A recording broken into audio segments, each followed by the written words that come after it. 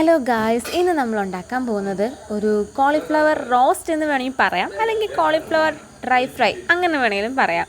എന്തായാലും നിങ്ങളെല്ലാം ട്രൈ ചെയ്ത് നോക്കണം. നമുക്ക് വീഡിയോയിലേക്ക് പോകാം.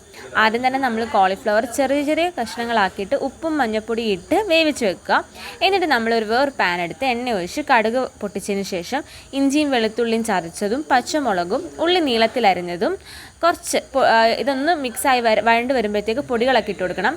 മുളക് പൊടി, മല്ലിപ്പൊടി, മഞ്ഞൾപ്പൊടി, കുരുമുളക് പൊടി, പിന്നെ മസാലപ്പൊടി ഇത്രയും ഇട്ട് കൊടുത്ത് നല്ല രീതിയിൽ ഒന്ന് മൂപ്പിച്ചൊന്ന് ആ പച്ചമണം മാറുമ്പോഴത്തേക്ക് വെയിറ്റ് ചെയ്യുക. എന്നിട്ട് നമ്മൾ വേവിച്ച് വെച്ച് കോളിഫ്ലവർ ഇടുക. പിന്നെ ഉപ്പ് വേണോ എന്ന് നോക്കുക. എന്നിട്ട് ഉപ്പൂടി ഇട്ട് കൊടുക്കുക. പിന്നെ ഒരു തക്കാളിയും കൂടി ഇട്ട് കൊടുത്ത് ഒരു 5 മിനിറ്റ് ഒന്ന് വേവിച്ചെടുത്താൽ മതി. കാരണം ഓൾറെഡി വെന്തതാണ്, പിന്നെ ഒന്ന് പിടിക്കാൻ വേണ്ടിയല്ല. സോ അടിപൊളി ടേസ്റ്റാണ്. ഒരു ചിക്കൻ കഴിക്കുന്ന അതേ ഫീലോടെ കിട്ടും. നമുക്ക് ചപ്പാത്തി, പൊറോട്ട ഇതിൻ്റെയൊക്കെ കൂടെ കഴിക്കാൻ സൂപ്പറാണ്. എല്ലാവരും ട്രൈ ചെയ്ത് നോക്കണേ. സിമ്പിൾ, പെട്ടെന്ന് ഉണ്ടാക്കാൻ പറ്റുന്ന ഒരു കോളിഫ്ലവർ കറിയാണ്. മീനൊന്നും കിട്ടിയില്ല എന്നുണ്ടെങ്കിൽ പെട്ടെന്ന് നമുക്ക് ഉണ്ടാക്കാൻ പറ്റുന്നത്. സോ വീഡിയോ ഇഷ്ടപ്പെട്ടാൽ ലൈക്ക് ചെയ്യുക, ഷെയർ ചെയ്യുക, സബ്സ്ക്രൈബ് ചെയ്യുക.